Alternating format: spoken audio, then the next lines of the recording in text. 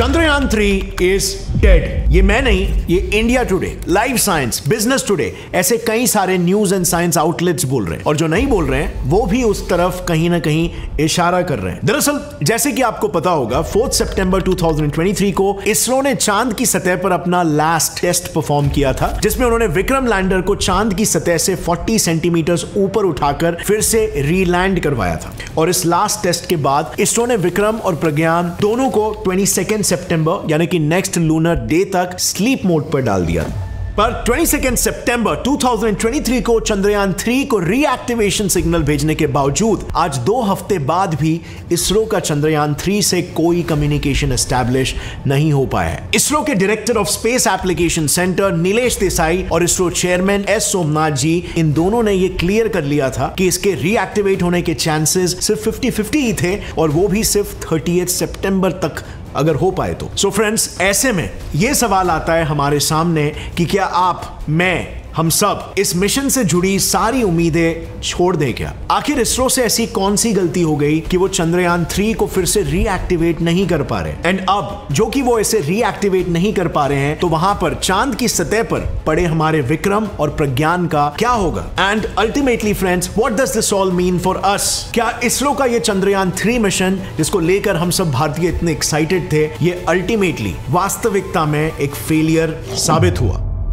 जब मैं पर्सनली ढूंढ रहा था ना, तब मुझे इसमें बहुत सारे कॉन्स्पिरेसी थियरीज मिले जिसमें लॉजिक बिल्कुल जीरो था। तो चलो कंप्लीटली लॉजिकली समझते हैं कि क्या वाकई में हमारा चंद्रयान 3 मिशन इज डेड। सो सबसे पहले इस सवाल से शुरू करते हैं कि आखिर 22 सितंबर को हुआ क्या था। तो देखो, इसके जवाब में मैं आपके सामने सिर्फ एक ही स्टेटमेंट रखूंगा जो खुद एक सीनियर इसरो ऑफिशियल ने 21 सितंबर को दिया था। उन्होंने एक तरह से यह कहा था कि चंद्रयान 3 के रीएक्टिवेशन को लेकर हम सब जो उम्मीद लगाकर बैठे हैं वो लिटरली वेस्ट है, क्योंकि उस उम्मीद को असलियत में बदलने के लिए एक मेजर कंपोनेंट जो चंद्रयान 3 में होना चाहिए था, वो उन्होंने उसमें लगाया ही नहीं था। दरअसल इसरो ने अपने मिशन के लिए जो सोलर पावर्ड बैटरीज यूज की थी, वो सिर्फ -180 डिग्री सेल्सियस जितना ही टेम्परेचर झेल सकती थी, मैं काम कर सकती थी।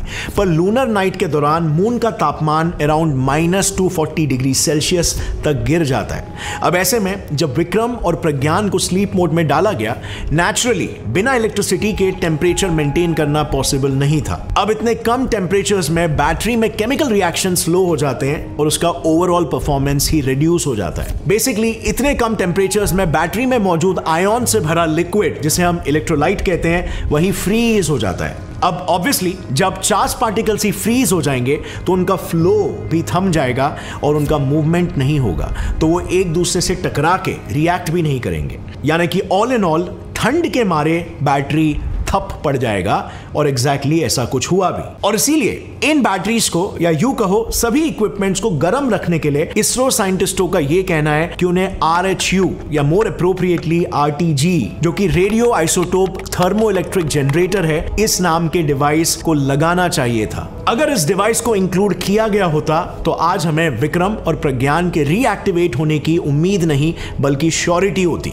अब RTG ये डिवाइस आखिर क्या होता है और क्यों इसके होने से हमारा मिशन मेगा सक्सेस हो जाता, वो हम आगे डिस्कस करेंगे। लेकिन फिलहाल बस इतना समझ लो कि इस RTG के ना होने के बावजूद चंद्रयान 3 को स्लीप मोड पर डालने से पहले इसरो साइंटिस्टों ने विक्रम और प्रज्ञान दोनों के रिसीवर्स को ऑन रखा था, इस उम्मीद से कि किसी तरह 14 दिन बाद उनके साथ कम्युनिकेशन को रीएस्टैब्लिश कर लिया जाएगा। और इसीलिए 22 सितंबर 2023 को भी इसरो ने चंद्रयान 3 मिशन को रिवाइव करने के लिए अपना पहला अटेम्प्ट कंडक्ट भी किया था। बट देन अगेन उस दिशा में अब तक कोई ऐसे पॉजिटिव रिजल्ट्स इसरो को नहीं मिले, और डेडलाइन सिर्फ 30 सितंबर तक ही बताया जा रहा था। यानी कि अगर 30 सितंबर तक चंद्रयान 3 स्लीप से नहीं उठा तो as ISRO scientist put it, Vikram और प्रज्ञान वहां मून पर बस इंडिया के एम्बेसडर्स बनकर ही रह जाएंगे। यानी कि ऑल इन ऑल इन शब्दों से बस यही फीलिंग आ रही है कि चंद्रयान 3 कोई सेकेंड लूनर डे के लिए प्रोग्राम ही नहीं किया गया था,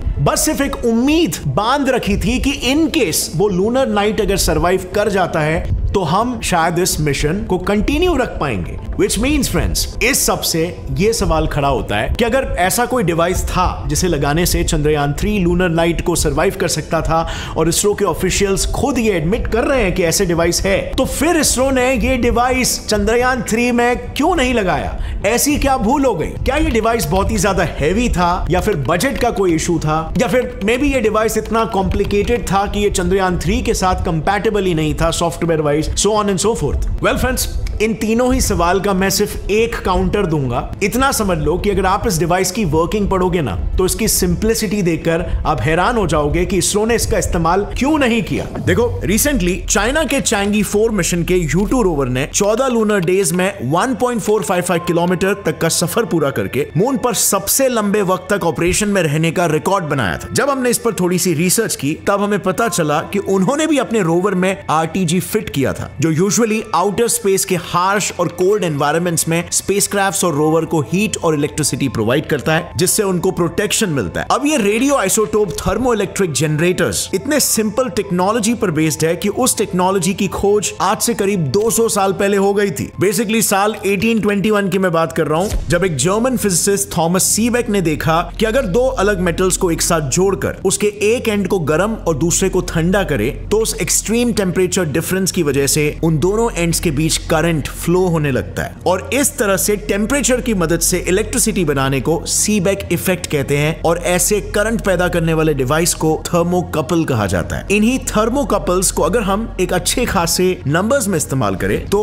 उससे फिर RTG बनता है। अब नासा तो लिटरली इसे अपने अपोलो मिशन के टाइम से इस्तेमाल करता आ रहा है, और उन्हीं के साथ आज बाकी सभी स्पेस एजेंसीज भी इसे अपने स्पेसक्राफ्ट्स में इस्तेमाल करती ही है, including the Chinese space agency CNSA, जिसने अपने दोनों मून मिशंस चैंगी 3 और चैंगी 4 के रोवर्स में इसे फिट किया था। यानी कि फ्रेंड्स, ये एक वेल नोन फैक्ट है कि ये RTG अगर चंद्रयान 3 में भी लगा होता, तो ये लूनर नाइट के वक्त हमारे विक्रम और प्रज्ञान को जिंदा रखने में एक गेम चेंजर साबित होता। बट फ्रेंड्स, एक second, let's hold on over here. क्या आपने इस डिवाइस में एक फंडामेंटल फ्लॉ को आइडेंटिफाई किया? इसमें एक मेटल को एक तरफ से गर्म तो दूसरी तरफ से ठंडा करना पड़ता है। अब इसमें ठंडा करना तो चलो आसान है, चांद पर लूनर नाइट में ठंड ही होती है, पर बिना सूरज की गर्मी के आखिर मेटल को गर्म कैसे किया जाए? वेल फ्रेंड्स, अगर आप इस एक चीज का जवाब समझ गए, तब तो आपको इसरो की मजबूरी भी तुरंत समझ में आ जाएगी। देखो, इस डिवाइस में हीट जनरेट करने के लिए दो चीजों की जरूरत होती है। पहला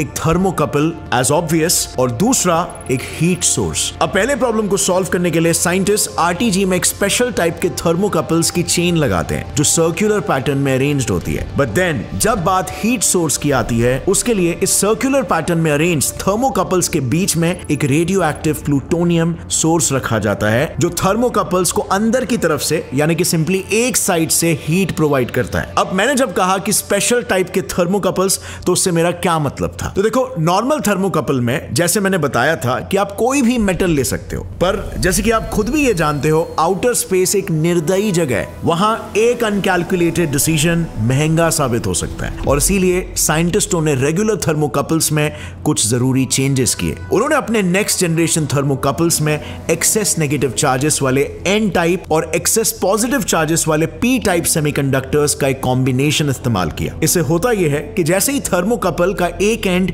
प्लूटोनियम डीके से जनरेटेड हीट की वजह से गर्म होता है, उससे उसके एंड के चार्ज पार्टिकल्स काफी तेजी से वाइब्रेट करने लगते हैं compare to its colder end, जहां पर वाइब्रेशन ना के बराबर होता है। इससे होता यह है कि N टाइप सेमीकंडक्टर में मौजूद नेगेटिव चार्जेस और P टाइप सेमीकंडक्टर में मौजूद पॉजिटिव चार्जेस थर्मोकपल के कोल्ड एंड की तरफ फ्लो करने लगते हैं, और इस वजह से RTGs में एक स्ट्रॉन्ग करंट फ्लो होने लगता है, जो स्पेसक्राफ्ट और उसके इंस्ट्रूमेंट्स को हीट और पावर प्रोवाइड करता है। यानी कि फ्रेंड्स, इन शॉर्ट, वैसे तो ये डिवाइस काफी सिंपल है, पर इसमें एक रेडियो एक्टिव कॉम्पोनेंट मौजूद है। अब ऑब्वियसली इस रेडियो एक्टिविटी को कंट्रोल करने के लिए उस इंस्ट्रूमेंट में कुछ नेसेसरी तामझाम तो करना ही पड़ेगा। एक पूरे RTG का वेट अराउंड 35 किलोज है, जबकि इसरो के रोवर का खुद का वेट सिर्फ 26 किलो है। सो क्लियरली चांद पर एक्टिवली रिसर्च करने वाले हमारे प्रज्ञान रोवर में इसे फिट करना पॉसिबल ही नहीं था। अब आई नो आप यही सोच रहे होंगे कि अगर ये एक रोवर में फिट नहीं हो सकता, तो फिर चाइना के मून रोवर में इसे कैसे फिट किया गया? तो वेल फ्रेंड्स, दोनों ही मिशंस के ऑब्जेक्टिव्स बहुत बहुत ही डिफरेंट थे। जरा इसे देखो, इसरो ने चंद्रयान 3 मिशन के इस डिटेल्ड प्रेस रिलीज में ही पहले से ही अपने ऑब्जेक्टिव्स लिस्ट डाउन किए थे। उनके इस मिशन में उन्हें सिर्फ 3 ऑब्जेक्टिव्स ही अचीव करने थे। फर्स्ट ऑब्जेक्टिव था विक्रम लैंडर की सॉफ्ट एंड सेफ लैंडिंग करवाना। सेकेंड ऑब्जेक्टिव था प्रज्ञान रोवर के कैपेबिलिटीज को डेमोन्स्ट्रेट करना। एंड देन थर्ड ऑब्जेक्टिव था वहां चांद के साउथ पोल पर कुछ साइंटिफिक एक्सपेरिमेंट्स परफॉर्म करना। अब इन तीनों ऑब्जेक्टिव्स में से पहले 2 ऑब्जेक्टिव्स तो क्लियरली बिना किसी सेकंड थॉट के हम कह सकते हैं इसरो ने अकम्प्लिश कर लिए। बट रही बात थर्ड ऑब्जेक्टिव की, तो सिंस उसमें इसरो ने सिर्फ एक्सपेरिमेंट्स कंडक्ट करने की बात की है, सो ये ऑब्जेक्टिव भी कहीं ना कहीं मीट हुआ है। एंड नाउ इट्स डिबेटेबल कि उन्हें एग्जैक्टली कितने एक्सपेरिमेंट्स करने थे वर्सेस वो कितने कर पाए। बट यहां तक उन्होंने कुछ एक्सपेरिमेंट्स तो डेफिनेटली किए हैं। And coupling that with the fact कि दे ऑलरेडी न्यू कि मून नाइट्स में ऐसा हो सकता है कि सिस्टम हमेशा के लिए फ्रीज हो जाए, उसके बाद कभी रीएक्टिवेट ना हो, तो उतने ही दौरान में जितने एक्सपेरिमेंट्स हो सकते हैं कर लिया जाए। प्रोबेबली जो भी डेटा उन्हें चाहिए था वो डेटा ऑलरेडी उन्हें मिल चुका है। This mission was actually kind of predestined to be a short mission due to inadequacies of the supplies.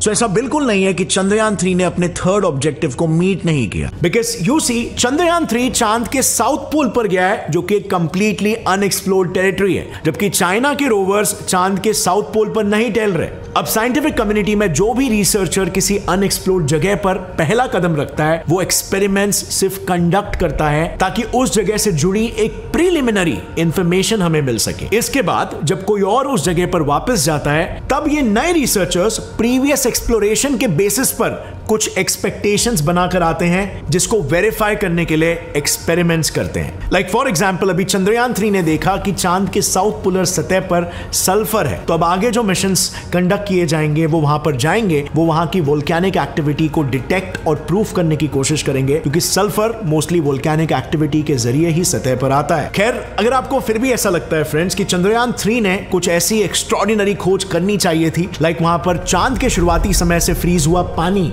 या थिया के अवशेष मिलना, तो डोंट वरी, इसरो ने पहले से ही इसका भी एक बैकअप प्लान बनाकर तैयार रखा है in the form of Chandrayaan 4, जिसमें इसरो जापान की स्पेस एजेंसी जैक्सा के साथ कोलैबोरेट करने वाला है। और इस पर ऑलरेडी मैंने एक डिटेल्ड वीडियो बनाया हुआ है जिसे आप यहां पर देखकर समझ सकते हो कि वो मिशन क्या होगा। तो आज के लिए फ्रेंड्स बस इतना ही। अभी भी थोड़ी सी होप बाकी है। आप लोगों को क्या लगता है, चंद्रयान 3 रिवाइव हो पाएगा या नहीं? अपने जवाब को नीचे कमेंट्स में लिखना। अगर इस वीडियो से आपको कुछ भी नया सीखने मिला, एक लाइक जरूर ठोकना। And see you next time. Stay curious, keep learning, keep growing. जय हिंद।